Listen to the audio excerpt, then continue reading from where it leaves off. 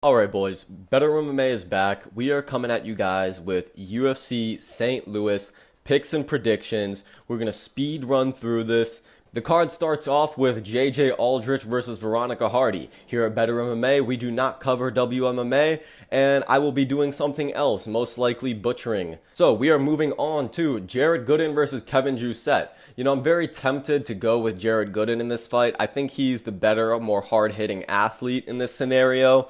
He's definitely got the more veteran experience, but Kevin Jousset has a very good feint game. He likes to work at range, and I think he has a pretty decent skill set. So as long as this fight stays on the feet, I'm going to go with Kevin Jousset by decision. But if Jared Gooden ends up getting Jousset's back and submitting him, or ends up knocking out Jousset, wouldn't be too surprised, but I'm going to go with Kevin Jousset by a decision. Moving on to Inner G versus Jake Hadley.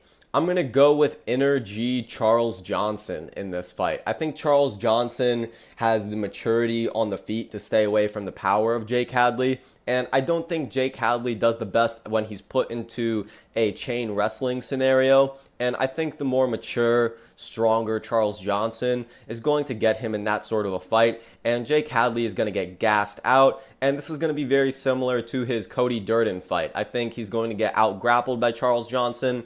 And we're going to see Charles Johnson put on for his St. Louis people and get a decision or a submission in the second or third round. Moving on to Billy Goff versus Trey Waters. This is a very hard fight for me to pick. Billy Goff does have this dog in him. I do think he can get some wins in the UFC welterweight division, but I don't think he necessarily has the skill set to close the distance on somebody as tall and rangy as Trey Waters. So I think Billy Goff, even though he's gotten into the UFC into some dog fights through the Contender Series, and he's also been put through some tough tests on the regional scene, I think Trey Waters is going to get a very boring 3-round decision here, keeping Billy Goff at the end of Trey Waters' jab and controlling the center of the octagon and not getting taken down by Billy Goff, because Trey Waters is very good at using his leverage and denying the takedown. Tabitha Ricci versus Tisha Pennington, aka Tisha Torres. As you guys know, I don't cover WMMA here. All I gotta say about this fight is that Tisha Pennington is gonna love rolling around on the ground with Tabitha Ricci, and I don't necessarily blame her. Moving on to Terrence McKinney versus Esteban Ribovic. This is a very close fight. Now, I think a lot of people are going to pick Terrence McKinney simply because he has the more UFC experience. We've seen him knock out more people in the UFC. But it's very funny what the UFC has done with Terrence McKinney. After they saw him get absolutely slept by Ishmael Bonfirm, they're like, okay, this kid is not ready for the real deals of the UFC. We're going to feed him some cans and give him some knockout highlights because people like T-Rex's fighting style. He does come out there to bang, and I think that's going to be very dangerous against Esteban Ribovic. Ribovic has some very good striking in himself and some decent offensive wrestling. On the other hand, Ribovic gets taken down at will by his opponents, and Terrence McKinney has a wrestling background. So I've seen Ribovic get lit up on the feet with overhand rights in his fight against Radjabov. So given that he has so many openings on the feet, and Terrence McKinney is so aggressive and fast starting and has that wrestling background, I'm going to go with Terrence McKinney. Unfortunately for Esteban Ribovic, I think he's a decent fighter. He just doesn't have the ability to really put it all together mentally to get a UFC win streak going. So I'm going to go with Terrence McKinney here, most likely by a first round TKO. Next up, Chase Hooper versus Vyacheslav Borchev. Now, this is another very tough fight to pick. Chase Hooper, with his karate style that he's adopted from Stephen Thompson, it's very advantageous for him in terms of closing the distance on his opponents. Before, when he had sort of a Muay Thai boxing style where he was very squared up with his opponents, it would lead to him getting clipped all over the place and essentially hit at will. But now that he has this bladed karate stance, it makes him harder to hit, and it also allows him to lunge into his opponents and initiate the clinch without absorbing so much damage. On the other hand, Vyacheslav Borchev works with Team Alpha Male, so you know he's getting his wrestling rounds in, and I don't think Chase Hooper is necessarily the best wrestler. You know, Chase Hooper's best option in this fight is to get Borchev up against the fence, get his hooks in on the legs, and get Borchev's back and eventually choke out Borchev, kind of like imitating a Damian Maia performance out of Chase Hooper. But I think Vyacheslav Borchev, having the age advantage and the striking advantage, I think he's going to outmuscle Chase Hooper when it comes to the grappling. I think he's going to be mature enough on the ground to avoid any submission attempts, and I think Vyacheslav Borchev is going to knock out Chase Hooper. Moving on to the main card, Robelis Despain versus Waldo Cortez Acosta. Now, the smart pick in this fight would be Waldo Cortez Acosta, simply because we've seen so much more film on him in his UFC career. Of course, we've seen him win against Andrei Arlovsky in his most recent fight, and Robelis Despain is coming off of a win against Josh Parisian. Now, Josh Parisian isn't the biggest test in the UFC, so I think this fight will really show us where Despain is at in terms of his well-roundedness. I think Cortez Acosta is going to do a good job using his jab, establishing his leg kick, but given that this is heavyweight, I don't think Waldo Cortez Acosta is going to be able to get into the same rhythm as he has with his last few opponents, because Robelis has such dangerous hands. He's going to be countering Acosta, and I think it's going to cause Acosta to be more tentative, and I think we're going to see Robelis Despain get a surprise decision here, or get a KO TKO, because all it takes is one punch with Robelis. But if you're picking Cortez Acosta, can't blame you, but I'm going to go with Robelis Despain in this matchup.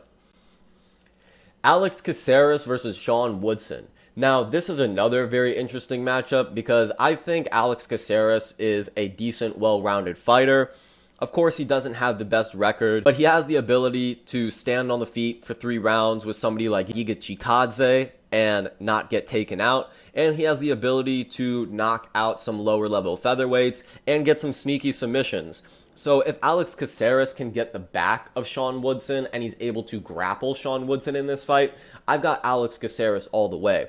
But I don't think Alex Caceres really game plans his fights that much, and I think Shawn Woodson is going to feel very comfortable on the feet. I think Shawn Woodson is going to win the leg kicking game, and he will be out-voluming Alex Caceres. And I'm going to say Shawn Woodson gets a win by decision in front of his hometown crowd of St. Louis. So I'm going to go with Shawn Woodson in this fight. Next up, Diego Ferreira versus Mateusz Rebecki. Now, if you watch my video about 5 fighters that are on the come up and 5 fighters that you guys should be on the lookout for, Mateusz Rebecki was one of them. I think Diego Ferreira is a great matchup for Rebecki because Rebecki's striking is very, very basic, but he does have heavy hands and he does have some decent fundamentals. So I think Diego Ferreira is going to have some trouble standing on the feet with Rebecki. Where this fight is going to get really interesting is when it heads to the ground. Rebecki is going to initiate the takedown because he is a wrestler. Ferreira, on the other hand, is a Brazilian guy, so you know he's going to go for those submissions. I think Mateusz Rebecki will be able to secure takedowns, land good ground and pound shots, and then deal with Diego Ferreira quite easily on the feet, because Mateusz Rebecki is very, very hard to hit and very, very hard to rock. He's always throwing punches back, and I think it's going to be a very decent matchup. But I'm going to go with Mateusz Rebecki. Moving on to Alonzo Manfield versus Carlos Olberg.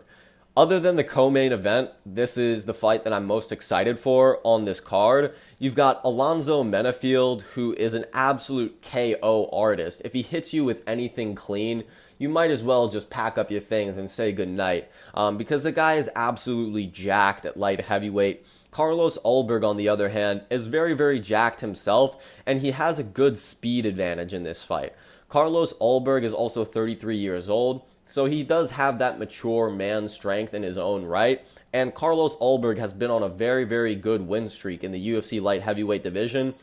Even though Alonzo is such a physical specimen, he doesn't necessarily have the best mental for fighting. I think once he starts to get overwhelmed and outclassed by his opponents, it's hard for him to start thinking outside of the box and start thinking about what he needs to do to change and to win these fights. So I think Olberg's feints and his ring control will begin to frustrate Alonzo as the fight goes on. I'm either going to say that Alonzo is rushing in and gets caught with something by Carlos Olberg, or Carlos Olberg wins a 3-round decision.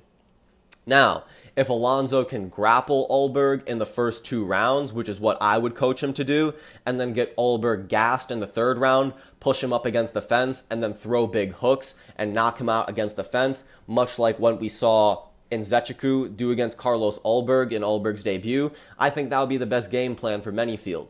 But I don't think Manfield really game plans the best, and I don't think he's going to be initiating the takedowns on Olberg, and if he does go for takedowns, I'm sure they'll be out of desperation. So I'm going to go with Carlos Olberg being the more mature, skilled fighter, getting the win over the athletic beast, Alonzo Manfield. So I'm going to go with Carlos Olberg by a decision or even a 1st-round KO if Alonzo rushes in. Next up, the fight I am most excited for, Joaquin "NASCIMENto" Buckley versus Nursultan Ruziboyev. Now, Ruziboyev, I think, is a very decent prospect at middleweight. This will be his welterweight debut, and the guy is 6'4", 76-inch reach. He's a very, very big dude to be cutting down to welterweight, and I think he's going to be sucked dry, and he's not necessarily going to have the best cardio or be in the best shape, because when you're that dried out, it can actually affect your speed, much like what we've seen in fights like Dan Hooker when he went down to fight Arnold Allen, again at 145. When you're already that old at around 30 years of age and you start telling your body to get smaller when it hasn't been that way for decades, that's a very, very big demand out of your body. So I think Joaquin Buckley is going to be in better shape. He's going to want to put on for St. Louis. After seeing Joaquin Buckley cutting angles and piecing up Vicente Luque, I have very, very big confidence in Buckley's ability to start landing big hooks on Ruziboyev and get Ruziboyev hurt early, because I don't think Ruziboyev is going to have the best weight cut. Now, Ruziboyev's best chance is to obviously get the back and choke out Joaquin Buckley, make this a grappling match, or he can land something straight down the pipe, much like he did against Diego Ferreira. I think Joaquin Buckley needs to be very aware of those straight punches, but after the way that he was cutting angles against Vicente Luque, if he's able to repeat a performance like that, then we'll see Joaquin Buckley getting a KO TKO, most likely in the late 2nd or 3rd round, or simply winning by decision. If he's able to get past Ruziboyev, he needs a top 15 matchup and a good one. Moving on to Derek Lewis versus Rodrigo Nascimento. This is just a classic Derek Lewis victim.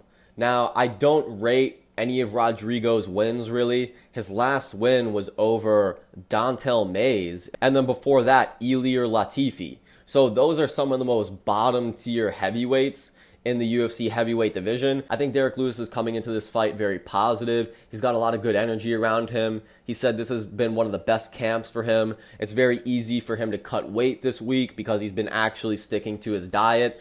I like all these good things from Derek Lewis. I'm sure some of it is hyperbole and a little bit exaggerated. I'm sure he'll be eating some ribs or some KFC the week of the fight. I hope not, but I wouldn't be surprised. Yeah, I'm going to go with Derek Lewis by KO TKO here. Thank you guys so much for watching the video. Stay tuned for the live streams that we've got coming. We're going to be doing daily live streams for at least an hour.